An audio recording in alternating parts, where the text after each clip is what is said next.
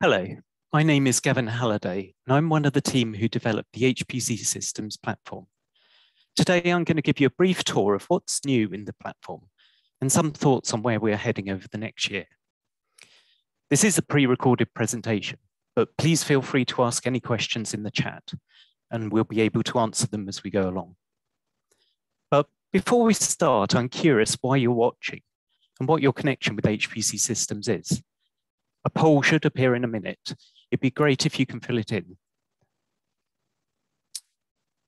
So while you're responding to that poll, let's take a look over the last year.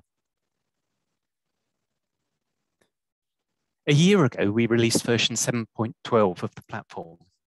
Its major focus was to take the bare metal system and adapt it so that it ran natively within Kubernetes. This version included significant changes to the architecture. For instance, the cloud version is configured using Helm charts rather than the environment files used previously. Although most of the functionality was available, it was definitely very rough around the edges and only really suitable for proving the concept and showing where we were heading. So the story of the last year has really been taking that first proof of concept and ensuring it is ready for production use. Version 8 was complete enough to allow users to explore migrating existing systems to the cloud. Then version 8.2, released 3 months ago, completed some of the more peripheral features and is mature enough to start testing performance as well as functionality. And then version 8.4 that's just been released continues that progression. It contains more features and fixes that we've discovered we needed as we started migrating our own systems to cloud environments. So that's the overview. Let's take a closer look at what has changed and what's in it for you. I'm sure some of you will want more details than I'm going to give on some of the following items. So if I skip over something you're interested in or you want to know more, then please ask your questions in the chat. This first set of changes only affects the cloud version. If you're not currently working on a cloud project, they're still important to understand because you're likely to be soon, and there are some fundamental differences between bare metal and cloud environments. These differences meant we needed to make some significant changes to the platform, most of which are under the covers, but some of which are visible to users. One of the biggest differences is with storage. Historically, HPC system storage is directly attached to the compute nodes, but in a cloud environment, they're completely separate. Now that difference breaks down some long-held assumptions. For example, that data on the local hard disk is relatively persistent, and that the word cluster can be used to refer to both a set of compute nodes forming a Thor cluster and the storage associated with them. This separation of compute and storage also introduces some opportunities. If data is directly accessible from all the engines, then there's less need to copy files. You can also take advantage of the different storage options that cloud providers offer.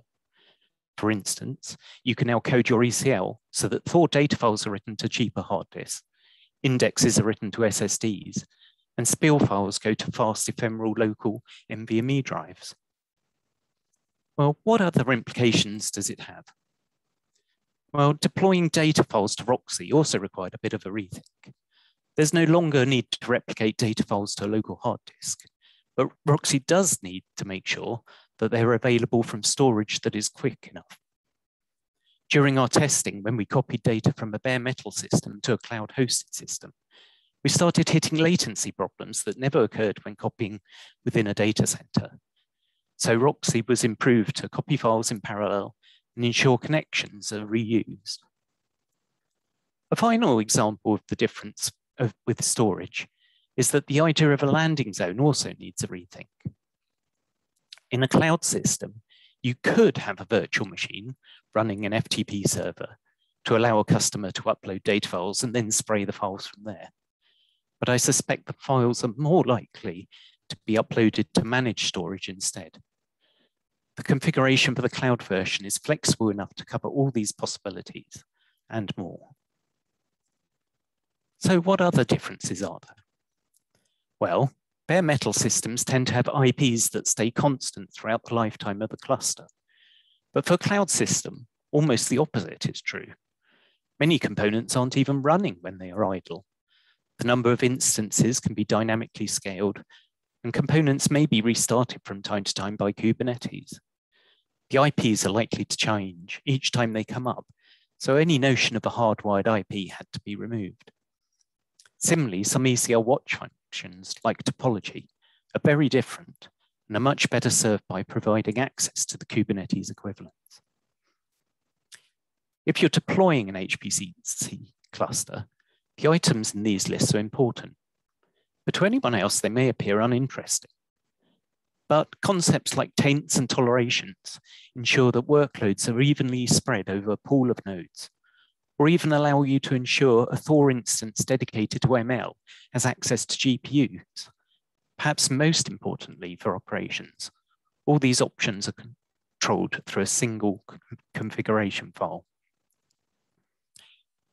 In a Kubernetes system, components are often restarted to reflect changes in the environment. Now, some of these restarts are inevitable, like when you change the number of instances or add a new component. But we've minimized this by avoiding restarting components if reprocessing the configuration file would be sufficient. Finally, I should emphasize just how much easier it is to configure a system using the Helm charts. I have to admit, I never really mastered how to configure a new system using config manager and the environment files, but it's trivial to add or modify components in a Kubernetes system. Now, this second set of changes were originally motivated by requirements of the cloud system, but bare metal systems also get to benefit from them. So in cloud environments, you often can't guarantee that UDP messages will get through reliably, or even that the Roxy workers will stay alive. Either of these would previously cause problems for Roxy, so there have been some significant changes to it to improve its resilience. Now, if UDP packets are lost, they'll be resent, and a new topology server is used to dynamically track which nodes are healthy.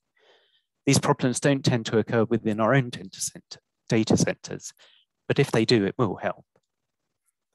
And since Roxy workers are more likely to restart, it's important they start up as quickly as possible. So Roxy now has the option to automatically load important data into disk and internal caches at startup. That means as soon as it is added to a cluster, it's ready for processing queries under load. There's no need to prime it with a set of sample queries, as we often do at the moment. Of course, this feature will allow Roxy clusters to be scaled more quickly to meet changing demand. And for security, here's a question I suspect many ECL developers have struggled with. How do you allow a query to have access to the password for an external SOAP call through a gateway without including it in the source code for everyone to see? You could try encrypting it, but then how do you hide the decryption key? You could store the password in a special file so it's hidden, but it's still likely to be accessible. Well, the new secret support makes it very easy without having to resort to special files or other workarounds. It currently supports both Kubernetes secrets and HashiCorp Vault and can be extended to support other sources. While embedded code gives you lots of flexibility when you need it, it is also a potential security hole.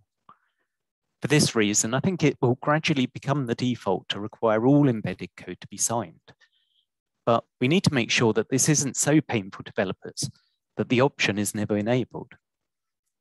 Making it easy to sign embedded code from VS Code is one example of the changes we've made to make sure that it isn't a problem. And in fact, there have been too many security improvements to go through them all. Support for encryption in transit has long been on our wish list and is now implemented, either natively or using a third-party service mesh. And pen testing has been used to find potential problems, which have then been fixed as they are found. The Azure AD support is part of the migration to the cloud, but it's also part of ensuring that the Active Directory server is as secure as possible.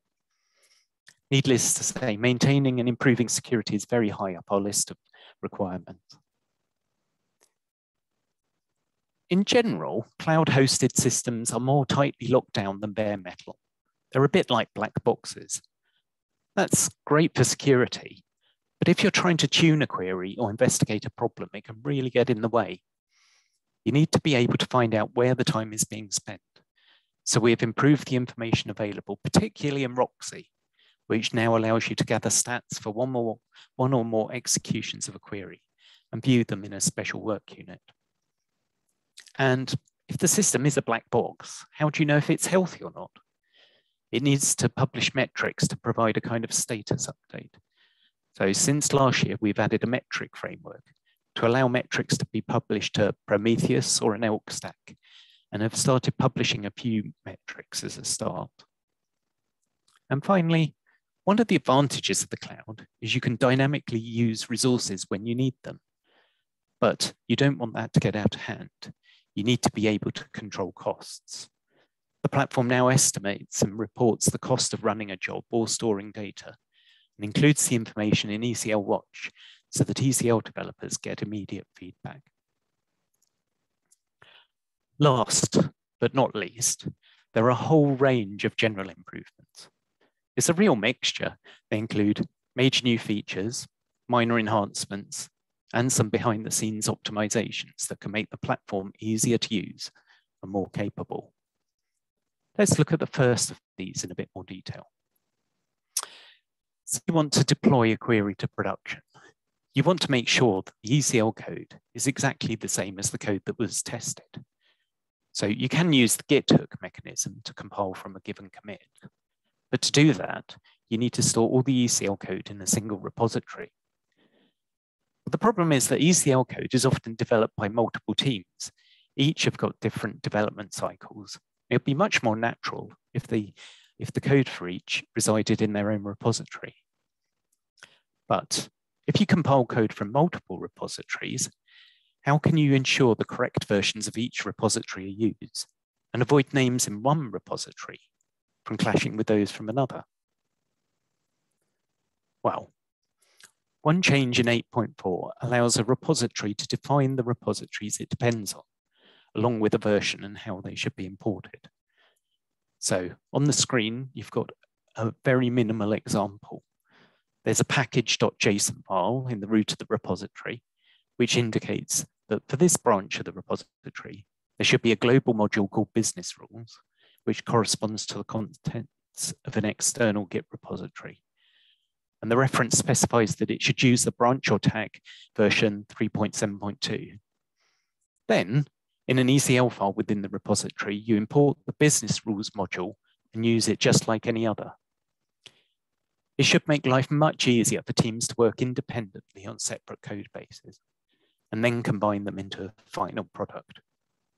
I imagine salt libraries can be used directly rather than importing each version into a Git repo. It is loosely based on the mechanism used by the NPM package manager. Expect to see a blog with full details soon on hpccsystems.com, just as soon as I've finished coding it. Now, in the next presentation, Gordon is just about to tell you all about the new ECL Watch. So you'll find out more there. And for those of you who publish ESP services, the improvements to dynamic ESTL will make your life a whole lot easier. The goal of the changes is to allow you to publish them without having to resort to any custom C++ code. For instance, you can now directly call out to databases or call multiple services from one script. There are also improvements to the string processing and the namespace handling. I don't pretend to understand all the details, but if you're interested, I'm sure Tony Fishbeck will be more than happy to talk you through them. As for minor improvements, I've picked out a few from the change logs. There are changes in the libraries. You can now specify high priority, CC and PCC when sending an email. There's improved support for external clients, for instance, server-side filtering of Spark requests to reduce the data that's being transmitted. And behind-the-scenes optimizations. For instance, rewriting the cache that's used for index reads and key joins to improve its multi-threaded performance. And don't forget, there have been many bug fixes. I don't know if you noticed on the first slide, but version 7.12, which was released a year ago, has had nearly 40 minor releases since then. So even if you don't upgrade to the latest major or minor versions, please make sure you stay as up to date as you can with the point releases. It's a shame if you're held up by a bug that's already been fixed. So that was a quick outline of some of the changes over the last year. What about next year? There is a lot more planned for ECL Watch, and I'm sure you'll hear more details in a few minutes. And as I said before, the latest version of the platform lays a lot of the groundwork for reporting metrics and some initial support for external logging services. This time next year, expect to hear of significant updates in both of these areas, providing everything you need to monitor production systems. Publishing these metrics is also going to produce new opportunities. For instance, we can use it to dynamically scale the number of HPCC servers to meet demand if we publish a metric of the number of queries that are waiting. And we can also use it to free up resources when there are fewer requests. And next year, it's not just changes to the core platform. Some of the interesting changes are in the libraries. For instance, the causal modeling that Roger and some interns have been working on looks very promising. Now, Roger always does a great job of explaining impenetrable maths in a simple way. So I recommend you watch his presentation later today to find out more. And yes, there are still a few known gaps in the capabilities of the cloud system. The biggest I can think of is supporting inter-cluster file access. You might ask, why is this an issue at all? But the biggest problem is that for security reasons, DALI is no longer accessible from outside the cluster. And since inter-cluster reading currently relies on directly connecting to the remote DALI, that's a bit of a problem. The plan is for everything to go via ESP instead. That's quite a wide-reaching change. And the second reason it hasn't been done yet is actually an opportunity. In bare metal, inter-cluster reads involve the Thor workers communicating with TA file server instances running on those remote nodes. In the cloud, with the separation of storage, it should be possible and much more efficient for those Thor workers to read the files directly. And finally, the biggest set of changes for next year is a bit of an unknown. They're likely to spring from our experience migrating systems to the cloud. I'm sure that is going to trigger plenty of new features and improvements. They're likely to include changes in storage, performance, scaling, security, and a lot more use of secrets. I think only time will tell what they are. So I hope all of you will have heard about something that you now want to start using. If you want to know more, many of the cloud-related changes have been documented in more detail by blogs on the HPC Systems website. Why not go and take a look? I'll be sticking around here to answer any questions you have in the chat. But if you have any other questions or suggestions, then please feel free to drop me an email on the email above. Thank you.